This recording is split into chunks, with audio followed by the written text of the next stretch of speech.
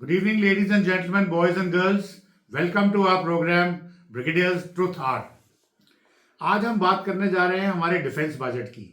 आज संडे का दिन है, पर फिर भी निर्मला सीतारामन जो हमारी डिफेंस मिनिस्टर हैं, उन्होंने आज पार्लियामेंट में बजट पेश किया है। उस बजट में बहुत सारी उसकी बातें की गई हैं। स्पेशली आज हम बात करेंगे कि डिफेंस के बारे में वहाँ क्या बात हुई है। सबसे पहली बात यह है कि उन्होंने डिफेंस के लिए 7.35 लाख करोड़ का बजट इस साल के लिए नॉमिनेट किया है। अब ये बजट अगर जो रकम है, ये पिछले साल के बजट 6.81 करोड़ से करीबन 11% ज़्यादा है। तो बताया ये जा रहा है कि उन्होंने इसमें बजट की बढ़ोतरी करी है। परंतु आपको ये जानना बहुत ज़रूरी है कि ये बजट की बढ़ोतरी 11% नहीं हुई है, क्योंकि अगर आप देखें तो रुपये भी डिवैल्यू हुआ है, इन्फ्लेशन भी बढ़ी है।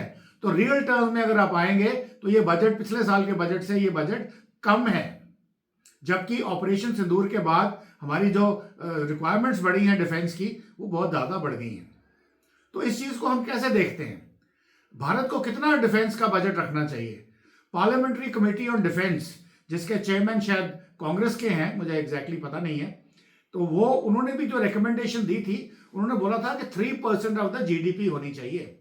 और ये आज की जो एलोकेशन भी है, ये है 1.8% के आसपास जीडीपी की। तो इसका मतलब ये हुआ कि हम अभी भी ऑलमोस्ट 1.2% जीडीपी के से शॉर्ट है। और ये हम कैसे देखते हैं? चलिए हम देखते हैं अमेरिका का बजट क्या है। अमेरिका का जो 26-27 का बजट था, वो उनके डिफेंस सेक्रेटरी हैं पीटर हेग्सेथ, और उनके जो नए chairman joint chiefs of staff committee के ट्रंप ने नियुक्त किए थे अप्रैल 2025 में, डैन कैनी। जब वहां बजट की डिस्कशंस हो रही थी, तो वहां पे डिफेंस मिनिस्टर भी थे पीटर हेग्सेथ, और सारी ब्यूरोक्रेटिक मशीनरी भी थी। तो वहां ट्रंप ने डायरेक्टली पूछा chairman joint chiefs of staff committee को, उन्होंने बीच में ब्यूरोक्रेसी के थ्रू नहीं सवाल पूछा। उन्होंने पूछा, भाई मुझे ये बताइए कि हम इतना पैसा खर्च करते हैं डिफेंस के ऊपर, फिर भी हम हर वॉर में हार रहे हैं, डिसाइसिव विक्ट्री अमेरिका को कहीं नहीं मिल रही। तो उन्होंने डायरेक्टली बोला joint chiefs of staff committee को, के चेयरमैन को, कि आप बताइए आपको क्या चाहिए, क्या कमियां हैं आपकी डिफेंस में, आपकी मिलिट्री में। उन्होंने बोला, सर मुझे 975 बिलियन डॉलर्स एक्स्ट्रा चाहिए बजट में। 975 बिलियन डॉलर्स मतलब 900 लाख करोड़, 900 लाख करोड़ चाहिए। तो हमारे प्रेसिडेंट ट्रंप ने क्या बोला? Okay, I will give you 1.5 trillion dollars, 1.5 times जो उन्होंने मांगा, यानी कि 150 लाख करोड़ रुपए। अब ये बड़ी बड़ी फिगर्स हैं। दो चीजें हैं, क्या हमारे प्रधानमंत्री इस किस्म की बातें कर सकते हैं? ऑब्वियसली नहीं, क्योंकि हमारे पास रिसोर्सेज की कमी है। दूसरा बोलेंगे कि अगर वो 1.5 ट्रिलियन डॉलर की बात करते हैं, तो उनकी जो इकोनॉमी है वो भी हमसे 6 गुना बड़ी है। तो अगर हम 6 गुना बड़ी इकोनॉमी को भी फैक्टर में लें, तो भी अगर हम देखें हमारा जो डिफेंस बजट है, हमारी रिक्वायरमेंट्स के हिसाब से कम 14-15 लाख करोड़ रुपया होना चाहिए, यानी कि double the amount what it is.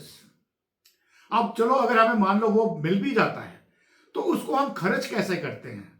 Bharat का जो डिफेंस बजट आता है, 45% जो डिफेंस बजट है वो मिलिट्री की जो सैलरीज में जाता है, तकरीबन 25% के आसपास पेंशन में जाता है। 5% बजट जो है वो डिफेंस मिनिस्ट्री के अपने रख रखाव में जाता है। बाकी कैपिटल एक्विजिशन के लिए हमारे पास सिर्फ बचते हैं 25%। अब 25% में हमारी जो इन्वेंट्री है, हमारे वेपन्स हैं, वो पुराने वेपन्स हैं। उदाहरण के तौर पे मैं आज आपको ये बताता हूं कि मैं एयर डिफेंस ब्रांच से हूं, और हमारी जो एक गन चलती है, बोफर्स की गन चलती है, L70 गन, वो 1973 विंटेज की है, और आज तक हम उसको चलाए जा रहे हैं। तो विंटेज गन्स के साथ, विंटेज इक्विपमेंट के साथ आज आप इस एज में आकर के भावी लड़ाइयां नहीं लड़ सकते। आपको अपने इक्विपमेंट को अपग्रेड करना है, कैपिटल एक्विजिशन करनी है, अपने सिस्टम्स को अपग्रेड करना है। तो उसके लिए 25% अगर आप कैपिटल रखेंगे तो ये काफी नहीं है। और ये प्रॉब्लम ये है कि हमारे जो डिफेंस प्लानर्स हैं, जो बजट प्लानर्स हैं, इकोनॉमिस्ट हैं, वो कहते हैं कि plan expenditure is what we need, we do for सही कैपिटल के लिए, और जो नॉन प्लान एक्सपेंडिचर है वो फालतू का एक्सपेंडिचर होता है जो उसमें आता है। और मिलिट्री का एक्सपेंडिचर को उन्होंने नॉन प्लान रखा हुआ है। देखिए, अगर आप कोई गवर्नमेंट का एक कोई बिल्डिंग बनाते हैं, अगर उसमें सिक्योरिटी के यंत्र लगाते हैं तो वो भी प्लान एक्सपेंडिचर में ही आना चाहिए ना। तो ये नॉन प्लान में क्यों रखा है?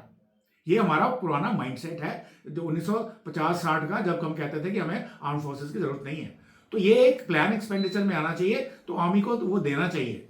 दूसरा जो मैं यहां बात आपसे करना चाहता हूं कि अगर हम इनको अपग्रेड नहीं करेंगे तो हम आने वाली चुनौतियां जो साइबर स्पेस में है, जो स्पेस में है, स्पेस वेपन्स हैं, सैटेलाइट्स हैं, साइबर स्पेस जो इंटरनेट है उसके ऊपर जो अटैक हो रहे हैं, प्लस नैरेटिव वॉरफेयर है, तो इन सब से हम कैसे डील कर पाएंगे। तो इसलिए ये देखना है कि हम इस बजट को कैसे इस्तेमाल करते हैं। अब इस बजट में एक्चुअली हुआ क्या है? क्या ये बजट इतना खराब है? तो मैं खराब भी नहीं कहूंगा, क्योंकि जो प्रधानमंत्री ने नारा दिया है कि Operation Sindoor is on, Pakistan अगर कोई भी टेररिस्ट हरकत करेगा तो we are on a new normal, हमारी न्यू रेड लाइंस हैं, क्रॉस करेगा हम अटैक करेंगे। तो मेरा एक कहने का मतलब है कि आज की जो प्रिपेयर्डनेस है, इस बजट के साथ हम पाकिस्तान को मुंह तोड़ जवाब दे सकते हैं, पर प्रोट्रैक्टेड रीजन के लिए नहीं, प्रोट्रैक्टेड समय के लिए नहीं, चाइना को नहीं, साइबर स्पेस को नहीं, स्पेस वेपन्स को नहीं, उसके लिए नहीं चाहिए। उसके लिए हमें उसके बारे में दूसरे तरीके से सोचना चाहिए। तो इस बजट में हर सेक्टर को थोड़ा थोड़ा करके उन्होंने कोशिश की है ठीक करने की, क्योंकि इस वक्त का जो जियोपॉलिटिकल हालत है, भारत के ऊपर जो टैरिफ वॉर चल रही है और भारत के दूसरे जो चैलेंजेस आ रहे हैं, उसके हिसाब से जो हमारे पास लिमिटेड रिसोर्सेज हैं, I think we have done very well. तो मैं 10 में से 10 तो नहीं, कम से कम 9 नंबर 10 में जरूर दूंगा, क्योंकि इसमें सबसे बड़ी बात यह है जो डिफेंस सेक्टर के हिसाब से, मेरे हिसाब से जो निर्मला सीतारमन ने शायद अननोइंगली एक बहुत बड़ी बात कर दी है हमारे फ्यूचर डेवलपमेंट के लिए। हम हमेशा बात करते हैं भारत की संस्कृति में ब्रह्मा विष्णु महेश, ट्रिनिटी, त्रिमूर्ति, पर मुझे लगता है कि हम सनातनी थोड़े से जेंडर बायस्ड है। थोड़े से हमने ब्रह्मा विष्णु महेश की तो बात करी, परंतु हम भूल गए कि सरस्वती, लक्ष्मी और दुर्गा भी हमारी ही हैं, और त्रिदेवियां भी हमारी ही हैं, वो भी हमें इंस्पायर करती हैं। इस बजट में उस इंस्पिरेशन की जो झलक है वो साफ दिखती है। बहुत सारा पैसा दिया गया है एजुकेशन सेक्टर को, अपनी रिसर्च एंड डेवलपमेंट को, थोड़ा हालांकि उसमें और ज्यादा हो सकता था, परंतु एक इकोसिस्टम क्रिएट किया गया है यूथ के लिए कि उनको डेवलपमेंट, स्टार्टअप्स, अपने नए आइडियाज करने का पूरा मौका मिले। तो उससे जो पढ़ाई लिखाई से या जो उस नॉलेज के साथ हम लोग पैसा जनरेट कर सकते हैं, और पैसा जनरेट करने के लिए ease of doing business, non direct taxes, indirect taxes, stock markets, उन सबका, एमएसएमईज, उन सबका भी ध्यान रखा गया है। तो हम R&D से नॉलेज जनरेट करेंगे, पैसा कमाएंगे, उन पैसों के साथ साथ हम अपने वेपन्स भी जनरेट करेंगे, वो हमारी दुर्गा के काम आएगा। तो पहले सरस्वती सिखाएगी, लक्ष्मी पैसे देगी, और दुर्गा हमें वो वेपन्स बना के देगी, जो हम ना कि अपनी डिफेंस के लिए यूज करेंगे बल्कि अपने ऑफेंसिव पर्पसेस के लिए भी उसको रखेंगे। कहते हैं if you want piece be prepared for war, और साथ के साथ हम उसको एक्सपोर्ट भी करेंगे। तो ये जो सरस्वती, लक्ष्मी और दुर्गा का त्रिदेवी का कॉन्सेप्ट है, वो मुझे इस बजट में साफ नजर आता है। अब बेसिकली प्रॉब्लम ये है कि इसकी जो हमने बजट के साथ, जो डिफेंस बजट के साथ है, 2-3 रिकमेंडेशंस हैं। एक तो अगर हो सके, वर्ल्ड ओवर होता है कई कंट्रीज में कि डिफेंस की पेंशन्स और सैलरीज को अलग निकाल देते हैं। Defence budget means only capital expenditure on weapons, modernisation, upgradation, परंतु चलो सैलरीज नहीं, कम से कम पेंशन्स को निकाल के तो रखिए, एक कोई नेशनल फंड बनाइए पेंशन्स का। तो वो एक बड़ी जबरदस्त रिफॉर्म की जरूरत है। दूसरा जो है, हमारी जो मिनिस्ट्री ऑफ डिफेंस के अंदर रिफॉर्म है, उसकी हमें बहुत जरूरत है। अभी देखिए बालाकोट में क्या हुआ, आपने स्ट्राइक करी, सबने बोला बालाकोट में बताइए प्रूफ क्या है, सैटेलाइट पिक्चर मिली हमें, उस टेररिस्ट की जो ट्रेनिंग कैंप था उसकी बिल्डिंग के ऊपर 3 होल नजर आए, वो तो सबने बोला कि क्या डिस्ट्रैक्शन हुआ है। देखिए हमारे जो एयर चीफ थे उस वक्त बालाकोट से पहले, उन्होंने एक प्रपोजल मूव किया था एक बड़ी रिसर्च के बाद कि इंडियन एयरफोर्स को इजरायली किट्स चाहिए, स्पाइस के और स्पाइक के। अब स्पाइस का जो किट होता है, वो बॉम्ब जो है वो अंदर जाके रनवे डिनाइल के लिए होता है, वो धरती के अंदर जाता है फिर फटता है, और फटने के बाद वहां क्रेटर्स करता है जो रनवे डिनाइल के लिए होता है। और स्पाइस वाला होता है जो ऑन ग्राउंड टारगेट्स के, जो एयरफोर्स के टारगेट्स है, जैसे रेडार्स हैं या दूसरे इंस्टॉलेशंस हैं, उनको मारने के लिए। तो वहां एक अंडर सेक्रेटरी लेवल के बाबू ने काट दिया कि जब आपको स्पाइक मिल रहा है जो रनवे डिनाइल के लिए यूज होता है, तो आपको स्पाइस की क्या जरूरत है। वो बहुत बड़ी जबरदस्त नॉलेज दिखाई उन्होंने डिफेंस फोर्सेस के बारे में कि रनवे डिनाइल पेनिट्रेशन से होता है। तो और वो हमें उन्होंने स्पाइस नहीं लेने दिया। तो बालाकोट में स्पाइक के साथ हुआ। अल्टीमेटली आप सबने बोला प्रूफ कहां है, क्योंकि दिखाई नहीं। अगर वो स्पाइस किट होता तो वो सारा उसके खंडर नजर आते और पूरी दुनिया देखती। और वही हमने ऑपरेशन सिंदूर में, अभी भी उन्होंने हमें दिया नहीं है। ऑपरेशन सिंदूर में हमने इनोवेशन करी from the defence services side. हमने जो अपने साथ साथ ड्रोन उड़ाए कैमरों के साथ कि जहां जहां ब्रह्मोस स्ट्राइक कर रही है उसकी फोटो भी ले रही है। तो अभी भी यहां जो बाबूडम है, जो ब्यूरोक्रेसी है, उसने फुल फ्रीडम नहीं दे रखी। तो इस तरह के कई एग्जाम्पल्स हैं जहां पे आपको रिफॉर्म करने की जरूरत है। तो इसलिए अल्टीमेटली मैं ये कहूंगा कि देखिए, जो डिफेंस है इसको आप एक्स्ट्रा खर्चा मत कहिए। मैं मानता हूं एजुकेशन, हेल्थ से इंश्योरेंस, ट्रांसपोर्ट, दूसरे तीसरे सारे सेक्टर्स को बढ़ाने की जरूरत है, इंफ्रास्ट्रक्चर की बहुत जरूरत है। परंतु एक बात याद रखिए, आज की जियोपॉलिटिकल सिचुएशन में अगर आपको अमीर बनना है, अच्छा विकसित देश बनना है, अपनी इकोनॉमी को स्ट्रांग करना है, तो उसकी प्रोटेक्शन के लिए भी आपको चाहिए। जैसे आपको एग्जांपल देता हूं मैं, यूक्रेन में क्या हो रहा है।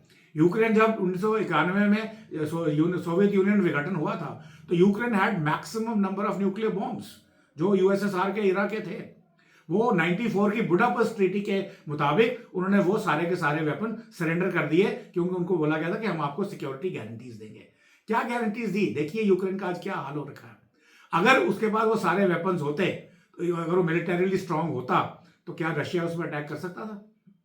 वेनेजुएला के पास लार्जेस्ट रिजर्व्स है ऑयल के, रेयर अर्थ मिनरल्स के। क्या अमेरिका उस पर अटैक कर सकता था अगर उसकी मिलिट्री स्ट्रांग होती?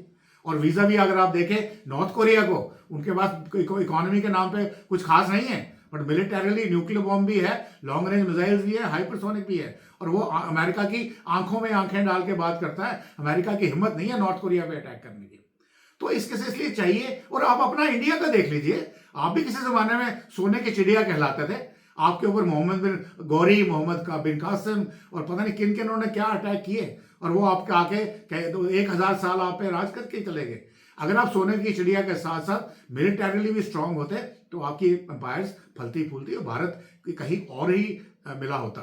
तो इसलिए ये बहुत जरूरी है, लोगों को सोचना है कि मिलिट्री जो है ये इसको नॉन प्लान एक्सपेंडिचर ना समझा जाए। अगर आप फलते फूलते हैं, इकोनॉमी को स्ट्रांग करते हैं, उसकी प्रोटेक्शन भी उतनी ही जरूरी है। इसलिए एक कॉम्प्रिहेंसिव नेशनल पावर की तरह सबको मिलकर काम करना है। देश की प्रोटेक्शन की जिम्मेवारी आर्म फोर्सेस की है, पर आर्म फोर्सेस को सपोर्ट इवन सिविलियंस की भी चाहिए, चाहे वो इलेक्ट्रॉनिक सेक्टर में हो, वेपन डेवलपमेंट में हो, या उनके लॉजिस्टिक्स सेक्टर में हो, या किसी भी जो मिलिट्री काम करती है, वो जो कंट्री का जो इकोसिस्टम है वो साथ मिलकर चलना है। तो इसलिए जब भी बात होती है, क्योंकि प्रॉब्लम क्या है, जैसे ही अगर आप हेल्थ सेक्टर को काटेंगे तो जो ऑपोजिशन है वो आप पे हावी हो जाएगी, तो गवर्नमेंट घबरा जाती है। तो गवर्नमेंट इसलिए उसको नहीं काटती है। अब डिफेंस सेक्टर में क्या है, अगर इसका बजट आप कम करेंगे तो कोई उंगली उठाने वाला नहीं है, क्योंकि डिफेंस के लोगों के ऊपर ना केवल आपका जो भारत का संविधान चलता है, उनके ऊपर एक एडिशनल आर्मी एक्ट है, एक एडिशनल एयरफोर्स एक्ट है, एक एडिशनल नेवी एक्ट है, जिसके तहत आप मुंह नहीं खोल सकते, आप क्रिटिसाइज नहीं कर सकते गवर्नमेंट को। तो उसको कम कर लीजिए। फिर उसके बाद आपका जो डिफेंस प्रोक्योरमेंट सिस्टम ऐसा है, डीएपी 2020 जो बनाया है, कि आज अगर प्रोक्योरमेंट शुरू होती है, आज बजट एलोकेशन हुई है जैसे कैपिटल एक्सपेंडिचर की 2 लाख करोड़ की, आपको 2 लाख करोड़ इसी साल में खर्च करना है। परंतु आपका जो डिफेंस एक्विजिशन प्रोसीजर है, उसके हिसाब से एक सिस्टम साइकिल 4 साल का चलता है। तो at the end of it ultimately आप इसमें अपनी मॉडर्नाइजेशन नहीं कर पाते, और आधे से ज्यादा बजट को आप सरेंडर कर देते हो। वो गवर्नमेंट उसमें अपना फिस्कल डेफिसिट कम करके बोल देती है, देखिए जी हमने अपनी लिमिट्स पास कर ली, तो अपनी शाबाशी ले ली। तो इस चीज से बचिए। गवर्नमेंट को अगर आपने क्वेश्चन करना है, तो इन बातों पे क्वेश्चन करिए कि आपने 2 लाख करोड़ का बजट दिया था, तो कहाँ खर्च हुआ, कैसे हुआ, और नहीं हुआ तो क्यों नहीं हुआ। और ये 2 लाख करोड़ का बजट कोई ज्यादा बड़ा नहीं है। जस्ट फॉर योर इंफॉर्मेशन, जब गलवान होता है 2020 में, मोदी जी ने एक इमरजेंसी $2 बिलियन, 2 लाख करोड़ रुपए खर्च किए थे गलवान में चाइना को ऑफसेट करने के लिए। 2 lakh crore one time purchase. वो पैसा ये रखा हुआ था अंडमान निकोबार कमांड को सुदृढ़ करने के लिए, क्योंकि चाइना ने इंडियन ओशन में बहुत गंद मचा रखा था और उसके मलक्का डायलेमा को काउंटर करने के लिए पैसा वहां खर्च होना था, परंतु ये मनी डाइवर्ट करनी पड़ी। तो इसलिए ये जो 2 लाख करोड़ रुपए की जो बात करते हैं, ये कोई बहुत बड़ी सम नहीं है। परंतु मैं फिर भी ये कहूंगा कि सारे सिटीजन को ये सोचना है कि सुरक्षा की जिम्मेवारी हम सबकी कॉमन है। ग्राउंड के ऊपर काइनेटिक मीन्स कोई करेगा, पर आपके नॉन काइनेटिक मीन्स आपके हैं। आपने भी साथ में मिलकर चलना है और एक ग्रुप बना के चलना है, एक टीम बना के चलना है, ताकि हम अपने आप को समृद्ध भी करें, प्रॉस्पेरिटी लाए और साथ में इस प्रॉस्पेरिटी की रक्षा भी कर सकें, उसमें हम सक्षम हो और हमारे पास ये भी कैपेबिलिटी हो कि अगर हमें कहीं दूर जाके पावर प्रोजेक्शन करनी, जैसे नेवी के लिए काफी एलोकेशन की गई है, हम ब्लू वाटर नेवी होनी चाहिए। We should be able to defend our sea lines of communication, we should be able to defend our coast lines, और हमें जितना भी हमारा इकोनॉमिक एक्सक्लूसिव इकोनॉमिक जोन है उसके अंदर जो रिसोर्सेज है, हम उनको भी पहले उनको हम अनर्थ करें, चाहे वो ओशन बेड के रिसोर्सेज हैं, ऑयल एंड नेचुरल गैस है, फिशिंग है, और फिर उसकी हम प्रोटेक्शन भी कर सकें। तो ये कैपेबिलिटी के लिए हमें एक साथ मिलकर करना पड़ेगा, गवर्नमेंट के साथ काम मिलना पड़ेगा। हम पॉलिटिक्स कर सकते हैं हर किसी सेक्टर के ऊपर, बट डिफेंस सेक्टर के ऊपर पॉलिटिक्स मत करिए। उसमें कुछ गोपनीयता भी होती है, वो मेंटेन करने दीजिए।